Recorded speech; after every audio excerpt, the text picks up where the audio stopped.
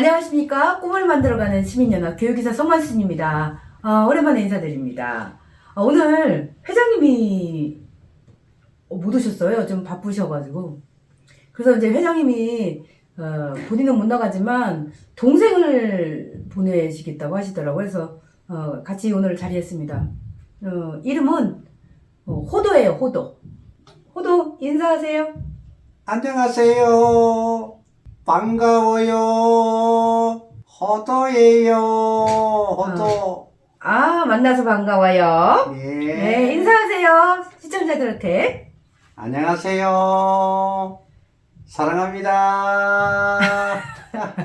우리 회장한테 이렇게 귀여운 동생이 있는지 몰랐네요. 호두는 나중에 어떤 어른이 되고 싶어요? 훌륭한 지도자가 되고 싶어요. 어떤 훌륭한 지도자요? 남들이 존경하고 다른 사람이 사랑하는 그런 지도자가 되고 싶어요. 네, 꼭 그렇게 될 거라고 믿습니다. 네, 감사합니다. 네. 호두는 살면서 가장 중요한 게 뭐라고 생각해요? 행복하게 자유롭게 사는 거예요. 그쵸? 네. 자유롭게 살아야죠, 사람은. 그쵸? 예. 네. 그런데 요번에 이재명 알아요? 이재명? 알지요. 이재명이 모르는 사람 있겠어요? 아니, 너무해요. 막말도 하고, 걱정스러워요.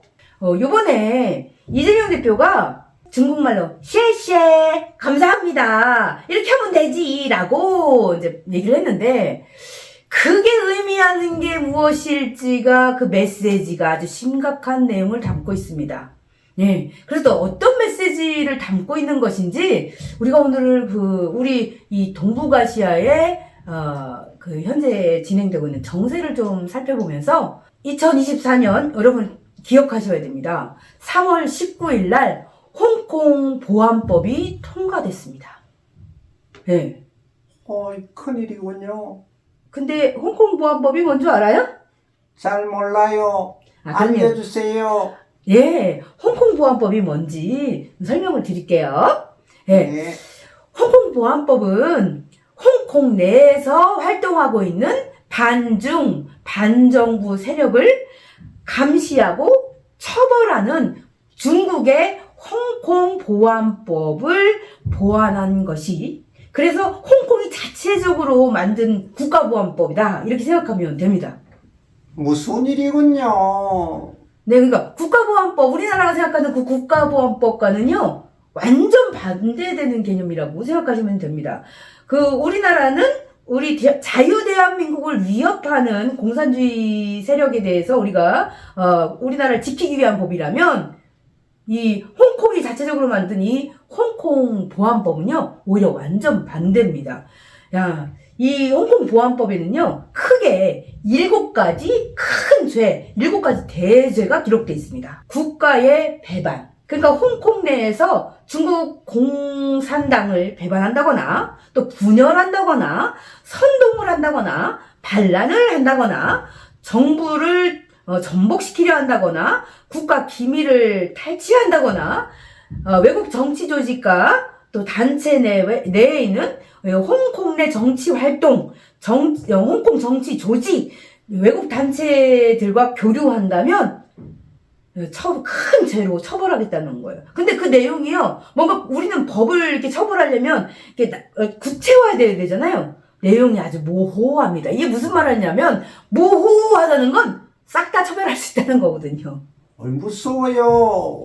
그래서 여기 보면 반역이나 내란을 지면 완전 종신형에까지 이를 수 있는, 그래서 외부 세력과의 결탁을 완전히 차단하는 법입니다. 그러니까 홍콩 내의 자유민주주의 세력을 다 어떻게 하겠다?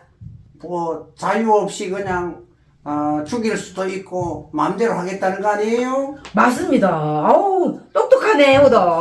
맞아요. 이 중국을 우리가 좀 경계해야 되는 것 중에 하나가요, 이 애들은요 엄청난 자금을 가지고 정치적인 어떤 자기 편들을 주변 국가에 포섭해 왔다는 겁니다. 그러면 가장 가까운 나라 중에 하나가 어딥니까? 아, 중국, 뭐, 홍콩이야. 이제 중국에 반환됐으니까 그렇지만, 지금 가장 가까운 나라 중에 하나가 한국 아닙니까? 아, 그렇지요. 예. 자, 그래서, 그러면은 이 국가보안법을, 홍콩 보안법을 얘들 어떻게 제정해왔냐, 시도해왔냐? 이제 중국이.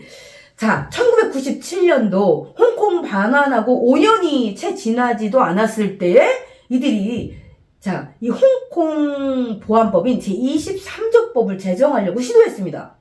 그러면은 홍콩 내에 있는 이 자유를 맛본 이 홍콩 시민들이 가만히 있었을까요? 아니, 가만히 있지 않았겠죠. 맞아요. 가만히 있지 않았어요. 그러니까, 그리고 또 하나는, 그리고 나서 이제, 분위기가 좋지 않으니까, 2002년 9월에 다시 이제 초안을 작성해서 또 다시 이제 발의를 합니다. 그리고 2003년도 7월에 이 법안을 처리하려고 하니까, 어떻게 했을까요? 시민권이나 자유를 위협한다 해서 막 거리로 나섰습니다. 그래서 이때는 여론 때문에 이 법이 처리가 통과했을까요? 무산됐을까요? 아, 그때는 못했을 것 같아요. 네, 무산됐습니다. 그러다가 2003년 7월 이 50만 명의 시민들이 길거리로 나와서 막 집회를 했어요. 그때는 신문에 떠들썩하게 났던 거 저 기억합니다. 자, 그러다가 2012년에 이 런춘닝 행정장관이 이걸 또 추진하려다가 또 못했어요. 그리고 나서 시간이 지나서 이 중국이 이 홍콩 내에 이 정치적인 이 세력들을 점점 키워서 무려 5년 동안 잠잠히 세력을 키운 거예요. 그래서 2017년 친중 캐리랑 행정장관이 취임합니다. 그래서 이 법을 이제 시행하려고 하거든요. 근데 이제, 그때 당시에도 또 시끄러웠어요. 그쵸? 그러다가 2020년에 어떤 일이 벌어집니까? 이 코로나 팬데믹은요, 왜 중국 우한에서 시작됐다고 하잖아요. 예. 이것 때문에 그랬나 했을 정도로 2020년 코로나 팬데믹 동안에 홍콩 어떻게 보면 반중 이 집회가 그 힘을 잃습니다. 그래서 이 집회를 하지 못해요. 그러는 가운데 2020년 6월에 홍콩 내 반정부 세력을 감시하고 처벌하는 홍콩 보안법이 시행됩니다. 2020년에.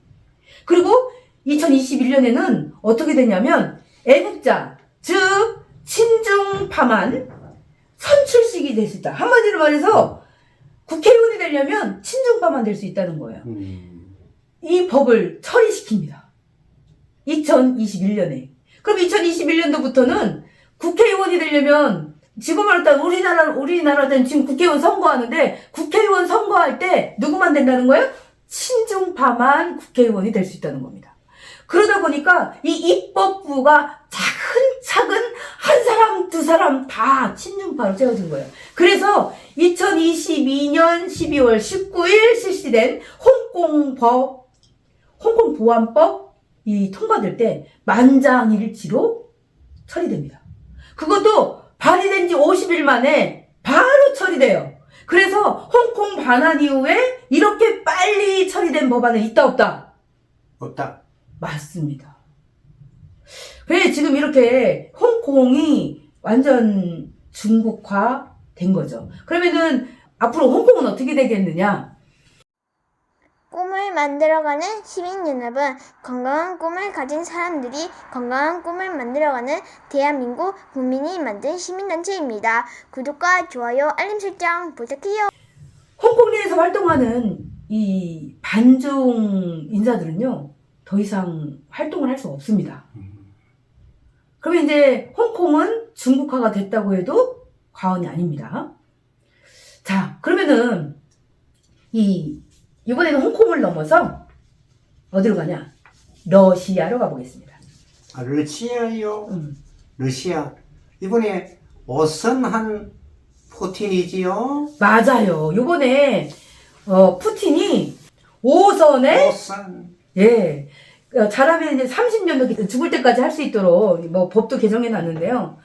야, 그러면은 이번에 5선을 한 푸틴이요. 최고의 득표율 무려 87%의 득표율을 얻었습니다. 오, 무섭군요. 네. 자, 그러면은 어떻게 이 푸틴이 이렇게 큰 득표를 할 수 있었느냐? 놀라운 사실은요. 이 독재를 하면 자기 반대파들은 어떻게 하죠? 아이, 그냥 죽이겠지요. 예, 맞습니다. 예, 이렇게 푸틴이 엄청난 득표를 할 수 있었던 이유 중에 하나는 2023년 그 6월에 용병단체 바그네 수장이었던 예브게니 프리고진이요. 비행기 사고로 죽습니다. 무서워. 두 번째 또 강력한 경쟁 상대였던 엊그저께 장례 치렀죠. 수감 중이던 야당 지도자 알렉세이 나발리가요. 의문사 했잖아요. 그쵸? 푸틴의 위험 세력은 거의 다 척결이 됐어요. 그래도 푸틴과 어떤 선거에서 같이 대결을 할 사람들이 있지 않겠습니까? 언론인 예카테리나 둔초바랑 시민바리당 소속 보리스 나데즈딘이랑 반정부 성향의 후보 였던 이런 많은 사람들을요. 선거관리위원회에서 서류가 미비됐다고 안 받아줬습니다. 정말 너무너무 하는군요. 그래서 이 단독 출마 아닌 단독 출마가 돼버렸고, 또 하나는 선거할 때 카마귀도 없었다는 겁니다. 놀라운 일이군요. 또 하나는 온라인 투표하면 핸드폰 번호 있으면 그 주인이 누군지 압니까 모릅니까? 알겠지요. 예, 일부 온라인 투표를 했어요. 아, 또 하나는요. 투표하면 우리 이렇게 접어서 넣잖아요. 다른 사람 못 보지 말라고. 접지 못하겠습니다. 그러니까 이런 87%의 득표를 할 수만, 한마디 말해서 독재라는 거예요. 그러니까 러시아도 이제 공산주의 독재 체제를 완고히 했고요. 심지어는 자기가 재선하기 위해서 법도 바꾸지 않았습니까? 이 푸틴이.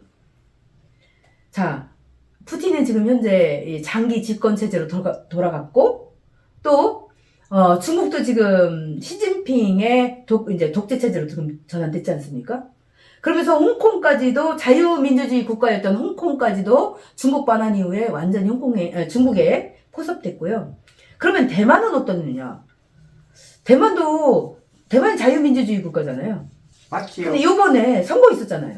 예. 근데 대만이 이 친중파하고 자유민주주의 세력인 이 세력이 대등한 관계 간신히 이겼어요. 맞죠? 맞아요. 그럼 우리나라는 어떠냐는 거예요. 우리나라는 비밀리에 다 공산하러 가는 거 다 만들어 놓은 거 누구나 다 알고 있어요. 그러니까 이해찬이 뭐라고 했어요? 100년 집권이라는 것은 한마디로 독재잖아요. 근데 하겠다 얘기 공표한 거나 마찬가지입니다. 그러면서 요번에 이재명이 시에 하면 되지라는 말이 그냥 메시지가 아니라는 겁니다. 이번 선거를 제대로 치르지 않으면 대한민국이 중국의 그 일부처럼 될 수도 있다는 거예요. 아이고, 정국과 이재명이는 합작품이에요, 합작품. 알고 있어요. 우리 호도도 그거 알고 있구나. 그럼요, 알고 있지요. 근데 대한민국 국민들은 왜 그걸 모를까요? 관심이 없어요. 대한민국 국민들은 관심이 없어요. 없어요. 나라가 어떻게든지 미래가 없어요, 미래가. 호도가 마음이 답답하나? 너무 답답해. 아니, 이재명이 막말하고, 대통령도 탄핵시켰다고 하고, 그 추종자들 다 막말해도, 범죄자들, 아이고, 얼마나 많아요. 전과자도 얼마나 많아요. 거짓말, 보통이에요, 보통. 아이고, 정말 미치겠어요. 정말 미치겠어요. 그 호도는 이번 선거가 어떻게 치러져야 된다고 생각해요? 정말 부정선거가 없고, 정말 정직한 선거가 되고 국민들이 분별력이 있어서 투표를 잘해야 되겠죠. 호도가 살고 싶은 대한민국은 어떤 나라예요? 자유가 있는 나라. 공산화는 안 돼요. 우리나라 상당히 위험해. 아유, 호도가 똑똑하네요. 우리 다음 세대들이, 호도와 같은 다음 세대들이 살 아름다운 자유대한민국을 만들기 위해서는 이번 선거가 너무 중요합니다. 이재명의 CLC의 메시지를 여러분 분별하셔야 합니다. 자, 4월 12일, 선거, 적극적으로 참여해 주시고, 그래서, 자유대한민국을 잘 지켜내는 대한민국 됐으면 좋겠습니다. 지혜롭고 현명한 한 표가 자유대한민국을 지킵니다. 자, 호도랑 함께 오늘 인사하겠습니다. 자유대한민국 화이팅! 3번 하겠습니다. 자유대한민국 화이팅! 자유대한민국 화이팅! 자유대한민국 화이팅! 호도 인사하고 마치겠습니다. 안녕히 계세요.